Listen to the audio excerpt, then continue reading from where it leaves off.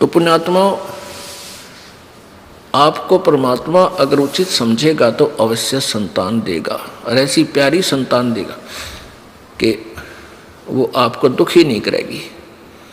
और इसी संतान ने के फूका फिर रोज सिर फोड़े, लठ मारे, बूंडा बोले। इस दास का संपर्क है, बहुत से दुखी परिवार मेरे दास के पास आते हैं, वो अपनी कथा सुनाते हैं, फिर बाद में मुझे छक कर रोना आता है। हे परमात्मा, आज तेरी शरण होती तो यह दुर्गति मेरी मारी भी होती जो आज नादाना की हो रही है। बालक पीटे हैं, धमकावे हैं, और फिर भी उनकी ममता छूटती नहीं। उन्हें हो जा मेरा बेटा के मेरी, तो ये तो अच्छी बात है, लेकिन उनको लाइन पे लाओ। भगवान की दिक्ष शिक्षा उन्हें मिली नहीं, अच्छा ज्ञान मिला नहीं, रैम उनमें आ नहीं सकता। भगवान की भक्ति से दया उत्पन्न होती है, अंदर से वो पाप खुरापात खुरचे जाते हैं मालिक के भजन से, दान से।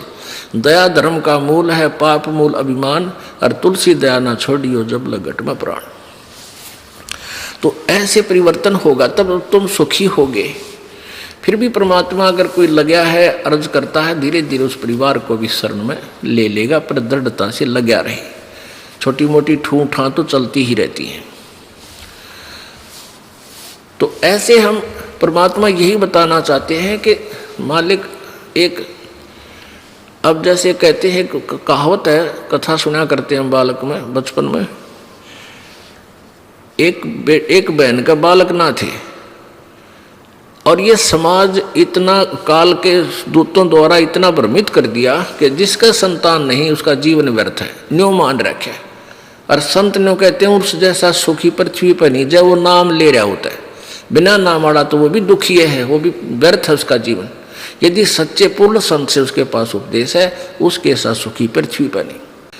अपनों के हैं बुढ़ापे में कोई सेवा करनी आ चाहिए, अरे परमात्मा की भक्ति करते रहे, इसी बीमारी ये ना हो तो सेवा की जरूरत पड़े तो चलते चलते हाथ में तेरा शरीर छूट जाए, तो उन सेवादारों की भी डिमांड क्यों रखे बे, मतलब कौन तेरी सेवा करेगा इसे बूढ़े कलयुग में।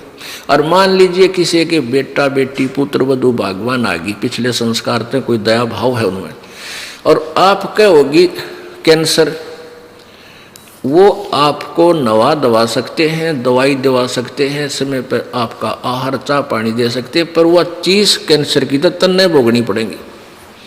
वो कैंसर की पीड़ा तन्ने किल की मारनी पड़ेगी, बेटा बेटी तरह कुछ नहीं सहारा कर सकते। तो उन बच्चों के लिए जो तुमने सारा जीवन बर्बाद कर दिया, सारा जन्म खो दिया, भगवान भजा नहीं, और वो पाप तेरे ऊपर सारे आगे पहाड़ की तरह गिर गए। अब वो अच्छे बच्चे भी हैं, बताओ के सेवा करेंगे तेरी?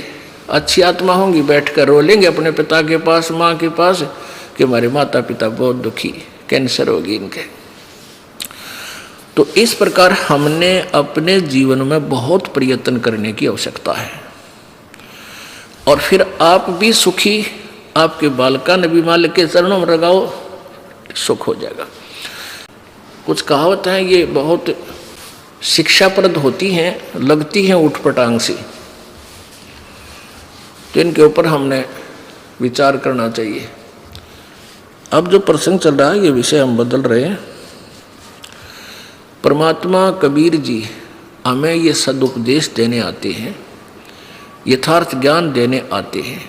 वो चारों युग में आते हैं परमात्मा कबीर जी, चारों युग में आते हैं, और प्रत्येक युग में ऐसे ही सतलोक से चलकर यहाँ पृथ्वी पर आते हैं, और अपनी प्यारी आत्माओं को, जो उनके पूर्व जन्म के कभी भगत थे, फिर वह रह गए ना पा रहे, अब फिर दुर्गति में साझा हो रहा है, कोई भक्ति भी कर रहे हैं, वो भी शास्त्र विरोध कर रहे हैं, उनके पास पहुंच जाते हैं, उनको अपनी शरण में लेते हैं।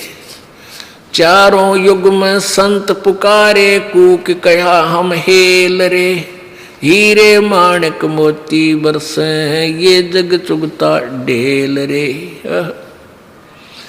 परमात्मा कहते हैं कि कबीर परमेश्वर जी कह रहे हैं कि चारों युग में मेरे संत भी आवाज लगा लगा कर कहते हैं, और मैं भी आता हूँ, मैं भी आवाज लगाता हूँ। हेला, हेल माने हेला देकर, रुक के मार मार के आवाज लगा कर, तेज आवाज से गरज गरज के बोलते हैं, पर हमारी बात ये लोग सुनते नहीं। इन नकली संतों की बातों को यकीन कर लेते हैं।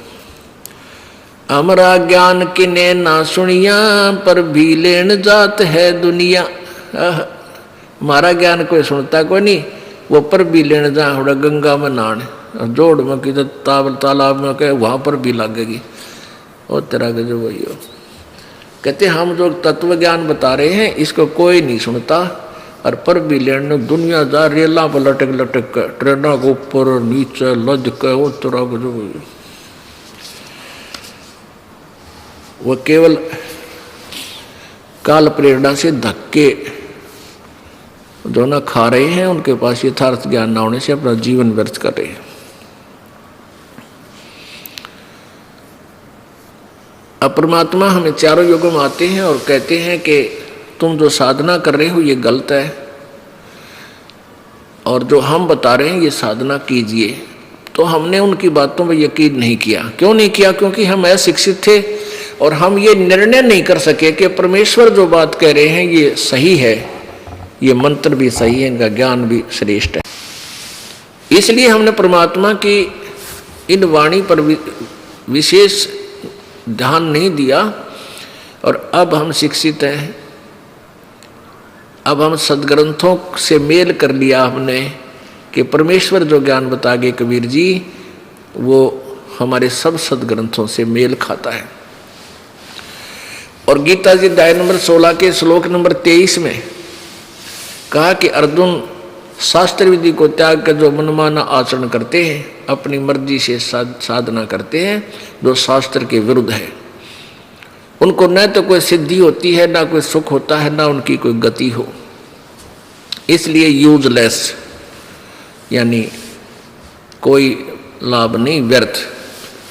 फिर 24 में श्लोक में कहा है 16 में अध्याय के ही, इससे तेरे लिए अर्जुन कर्तव्य और अकर्तव्य की व्यवस्था में, यानी कौन सी भक्ति करने योग्य है और कौन सी नहीं है, उसके लिए शास्त्र ही प्रमाण है, नथिंग एल्स। किसी और की दंत कथा मत मानना, शास्त्रों में लिखा है और वही संत बताता है तो सही है, नहीं तो वो संत नकली है। हमारे सदग्रंथ क्या बताते हैं, वो परमात्मा किस किस को मिले आके।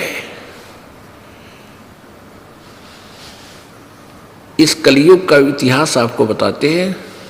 आदरणीय धर्मदास साहिब जी को, जो उन्हीं के समकालीन थे जब परमेश्वर आए हुए थे, सन 1398 से सन 1518 तक 120 वर्ष इस धरातल पर रहे। एक मनुष्य जैसा जीवन लीला उन्होंने की। आदरणीय धर्मदास साहिब जी को मिले, उनको वही नाम और ज्ञान बताया जो आज सब सदग्रंथों के अंदर विद्यमान पाया। आदरणीय मलुकदास साहिब जी को, आदरणीय दादू साहिब जी को, आदरणीय नानक साहिब जी को जो सिख धर्म के प्रवर्तक हैं, आदरणीय गरीबदास साहिब जी को जो गांव छुडानी जिला झज्जर हरियाणा प्रांत में जिस उपलक्ष्य में ये समागम चल रहा है वो इसी उपलक्ष्य में है कि उनको परमात्मा कबीर जी सतलोक जाने के उपरांत फिर पुनः यहाँ अपनी प्यारी आत्माओं को बताने के लिए, ज्ञान समझाने के लिए गरीबदास जी को मिले सन 1727 में, यानी फाल्गुन सुदी द्वादशी, यानी फागण उतरते की द्वादश, जो आज वो जो दिन है ये द्वादशी का, इस दिन परमेश्वर आकर के सतलोक से चलकर कबीर जी वहाँ छुडानी गांव में खेतों में, जब गरीबदास जी 10 वर्षीय बालक अपने ही खेतों में अन्य साथी पालियों के साथ, ग्वालों के साथ गायें चरा रहे थे, वहाँ मिले आके। पुण्यात्माओं, आज का वो शुभ दिन है कि परमात्मा इस हरियाणा यानी भारतवर्ष की पृथ्वी पर अवतरित हुए पुनः।